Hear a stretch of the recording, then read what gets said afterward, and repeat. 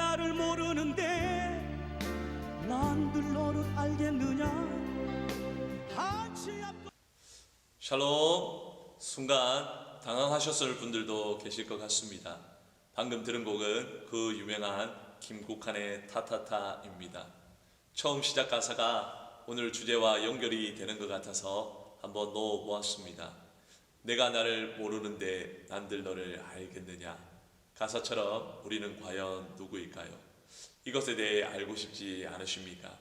하나님께서는 우주 만물과 더불어 땅 위의 모든 동식물들을 창조하신 다음에 마지막으로 창조의 절정을 이루는 피조물을 하나 더 창조하시게 됩니다. 그것이 바로 우리 사람, 즉 인간입니다. 오늘 우리가 나눌 기독교 핵심 진리 7번째 주제가 바로 인간이란 무엇인가입니다. 세상은 인간의 귀환에 대해서 여전히 다윈의 진화론을 다루고 있습니다. 오래전 아무것도 없었던 그곳에 우주 대폭발이라는 빅뱅을 통해 우주가 만들어졌고 그 가운데 생성된 가스가 모여 지구를 이루고 지구에서 우연하게 생명들이 탄생하고 그렇게 해서 최종적으로 진화된 존재가 우리 인간이라는 것입니다. 그러나 성경은 분명히 이야기를 하고 있습니다. 인간은 하나님께서 직접 창조하신 존재라고. 인간은 하나님께서 직접 흙으로 빚으셔서 만든 존재입니다. 그 어떤 피조물과는 비교도 안 되게 하나님께서 섬세하게 많은 정성을 들여 만든 존재가 인간입니다. 그렇다면 질문이 생깁니다. 하나님께서는 이렇게 정성을 들여 인간을 창조하신 이유가 무엇일까요? 사실 우리 하나님께서는 인간을 창조하신 이유는 하나님께서 무엇인가 부족하시거나 필요해서가 결코 아닙니다. 하나님께서는 외롭지도 않으시고 자신에게 찬양을 바치거나 영광을 돌릴 누군가가 필요했던 것도 아닙니다. 그러나 하나님은 우리 사람을 창조하시기로 작정하셨고 창조하시게 됩니다. 그리고 그렇게 창조된 인간들을 향해 하나님께서는 삶의 의미를 주시게 됩니다. 이사야 43장 7절에서 내 이름으로 불려지는 모든 자 곧 내가 내 영광을 위하여 창조한 자를 오게 하라. 그를 내가 지었고 그를 내가 만들었느니라 고 말씀하십니다. 그렇습니다.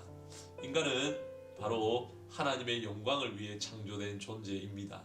하나님의 영광을 위해 창조된 존재이기 때문에 인간은 하나님의 영광을 위해 살아갈 때에 참 기쁨과 행복을 누리게 되는 것입니다. 그렇다면 하나님께 영광을 돌리는 것은 무엇입니까? 우리는 이 부분에 대해서 해답을 가지고 있습니다. 그러나 이것을 말로 표현하고자 하면 어려움에 직면하게 됩니다. 하나님께 영광을 돌리는 것은 단순히 우리가 하나님에 대해 숨김없이 고백하고 그분의 은혜에 감사하며 성도의 아름다운 삶을 통해 하나님께서 높아지는 그것만을 뜻하는 것은 아닙니다. 가장 먼저 하나님께 영광을 돌리는 것은 우리가 그분을 기뻐하고 즐거워하는 것에서부터 시작이 됩니다. 다윗은 이렇게 고백을 합니다. 주의 앞에는 충만한 기쁨이 있고 주의 오른쪽에는 영원한 즐거움이 있나이다.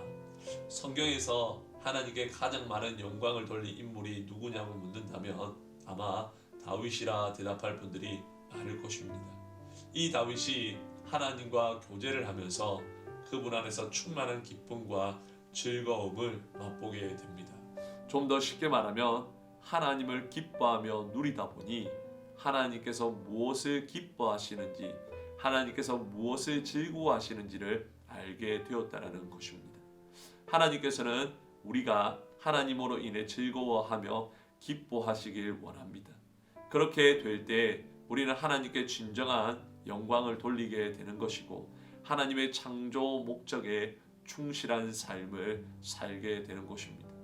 하나님께서는 우리 인간이 하나님께 영광을 돌리는 삶을 살 수 있도록 인간을 창조하시며 다른 피조물과는 구별짓는 특별함을 허락하셨습니다. 그것이 바로 하나님의 형상을 따라 인간을 창조하신 것입니다. 인간이란 하나님의 형상에 따라 창조된 존재입니다. 하나님의 형상대로 지음 받았기에 우리는 하나님을 많이 닮았습니다. 그렇기 때문에 인간이 자신을 알기 위해서는 가장 먼저 하나님에 대해서 알아야 합니다. 인간이 하나님을 많이 알면 알수록 진정 자신에 대해서 더욱 알게 되는 것입니다. 하나님의 형상대로 창조된 인간은 옳고 그름에 대한 타고난 의식을 가지고 도덕적인 피조물로 창조되었습니다. 또한 정보를 인식하고 처리하는 능력은 하나님의 지식을 반영한 존재라는 것을 나타냅니다. 인간이 공동체를 형성하고자 하는 욕구도 삼위일체 하나님의 연합의 관계를 반영한 것입니다. 더욱이 영적인 피조물로 창조되었기 때문에 인간은 하나님과 교제할 수 있는 존재입니다. 이렇게 모든 피조물이 부러워할 만한 특별한 은혜와 혜택을 받으며 창조된 존재가 바로 우리 인간입니다. 그러나 이런 하나님의 형상이 뒤떨어지는 사건이 발생을 하는데 그것이 인간이 죄를 짓는 사건입니다.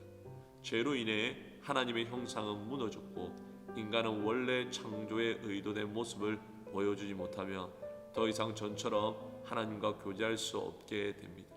또한 도덕이 무너진 인간은 서로에게 고통과 아픔을 주고 당하게 됩니다.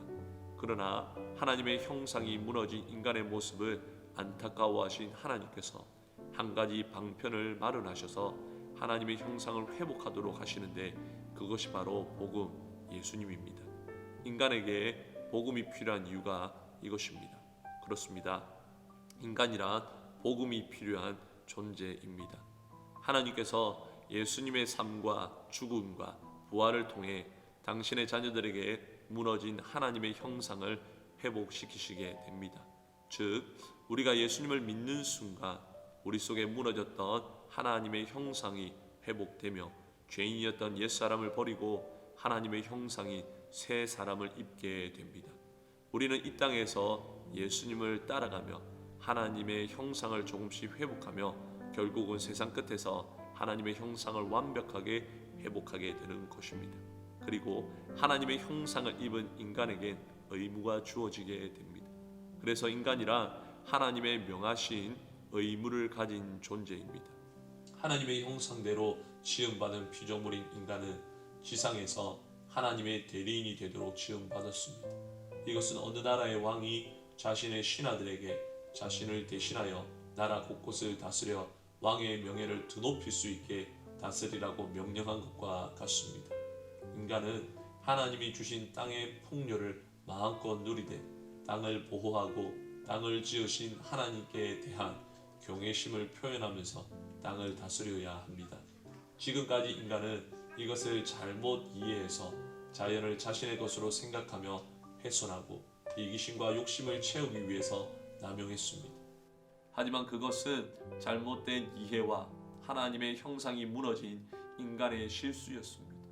우리 인간은 하나님의 형상을 지닌 존재로서 우주의 왕이신 하나님의 대리인으로서 하나님의 땅을 하나님이 원래 의도하신 대로 회복시키는 일을 돕는 막중한 의무가 우리에게 있는 것입니다. 우리 하나님은 우리를 통해 세상이 원래 상태, 가시덤불과 엉겅퀴가 없는 세상으로 회복되는 것을 보기를 갈망합니다. 우리가 이 목표를 향해 기쁜 마음으로 노력할 때 우리는 우리가 창조된 목적인 하나님의 영광을 그분께 돌려드리게 되는 것입니다. 그렇습니다. 우리 인간은 하나님의 영광을 위해 하나님의 형상으로 창조된 존재입니다. 그리고 하나님의 대리자로 이 땅을 다스리고 회복시키는 일을 돕는 막중한 의무를 지닌 자들입니다. 비록 죄로 인해 하나님의 형상이 무너졌지만 우리는 예수님을 통해 하나님의 형상을 회복하여 주어진 사명을 다시 감당해야 하는 것입니다. 저와 여러분은 하나님의 최고의 작품이며 그 어떤 우주 만물보다 귀하고 아름답고 하나님의 최고의 관심으로 창조된 존재입니다. 다음 시간에는 김영신 목사님께서 죄란 무엇인가 라는 주제로 함께 나누어 주시겠습니다. 한 주간 동안 평안하십시오.